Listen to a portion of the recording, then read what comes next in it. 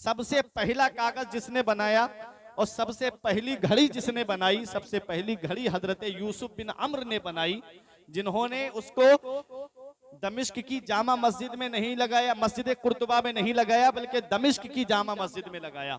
सबसे पहला कागज जिसने बनाया वो हजरत अब्बास बिन फरनास हैं। और पहले कागज किससे बनता था? पहले कागज रुई से बनता था, और अब जो कागज बनता है वो दरख्त से बनता है। इसे काट करके मशीन में डाला जाता है, बारीक पीसा जाता है, फिर केमिकल लगा करके तब कागज तैयार किया जाता है। और जब कागज तैयार हो जाता है तो उस कागज पे क्या लिखा होता है? छोटा आ बड़ा आ, छोटी ई बड़ी, ABCD।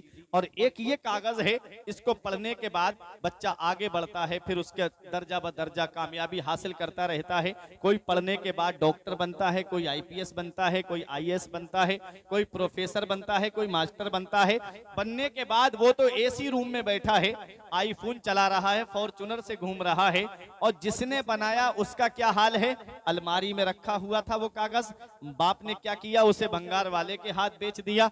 भंगार वाले ने क्या किया? उसको दुकानदार के हाथ बेच दिया। और दुकानदार ने क्या किया? अपने अपने साइज में काट करके, किसी ने समोसा रख करके बेचा, किसी ने जलेबी रख करके बेची, किसी ने ब्रेड पकौड़ा रख करके भेजा। मैं हाफिजों की शान बड़े करीब से दिखाना चाहता हूँ, आप खामोश नहीं रहेंगे, बहुत अहम बात बताने जा रहा हूँ। जब वो कागज पे रख करके समोसा खाया, जलेबी खाई, कागज का क्या किया? कागज को जेब में नहीं रखता आदमी, खाया और वहीं फेंक दिया, खाया वहीं डाल दिया।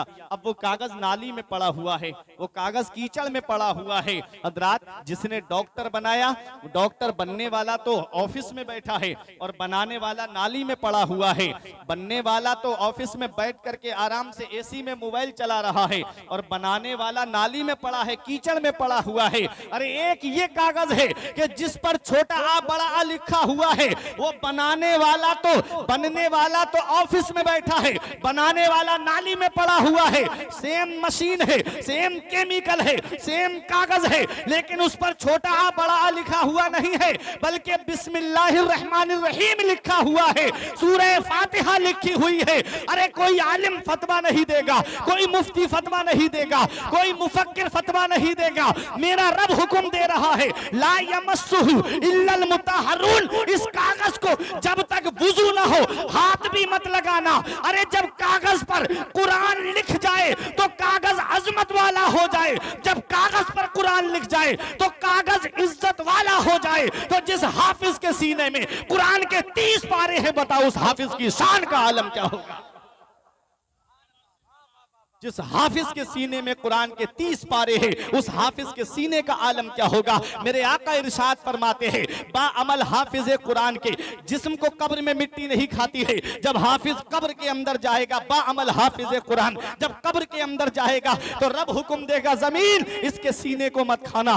वो कहेगी, मौला मैं इसके सीने को कैसे खा सकती हूँ? इसके सीने में तेरा कलाम मौजूद है, इसके सीने में मौला तेरा कलाम मौजूद है। बताओ, कुरान जिस सीने में आ जाए उस सीने को कब्र में मिट्टी नहीं खाएगी। तो सोचो, जिन हाफिजों ने कुरान हिफ्ज किया है उनकी शान का आलम क्या होगा? अरे जिन्होंने अपने बच्चों को गरीबी की आड़ नहीं बनाया, जो जिनके बच्चे कमाने के लायक थे, लेकिन माँ ने गुर्बत का पत्थर सीने पे रख लिया, बाप ने गुर्बत को आड़ ना बनाया, अपने बच्चों को मदरसे में भेजा, तालीम हासिल करने के लिए भेजा। उन बच्चों ने कुरान को जब हिफ्ज कर लिया, क़यामत के दिन उनके माँ बाप को क्या मिलेगा? तो मेरे आका इरशाद फरमाते हैं, मन क़रा अल कुरान व अमिला बिमा फी यलबिसु वालिदाहु ताजन यौमल क़ियामती दौहु अहसनो का दौल शम्स। जो कुरान पढ़े और उस पर अमल करे, अल्लाह उसके माँ बाप को क़यामत में ऐसा ताज अता फरमाएगा जिसकी रोशनी आसमान के चांदो सूरज से भी ज्यादा हो। तो सोचो, माँ बाप को जब ताज मिलेगा तो जिनके सीने में कुरान हिफ्ज है उनकी शान का आलम क्या होगा?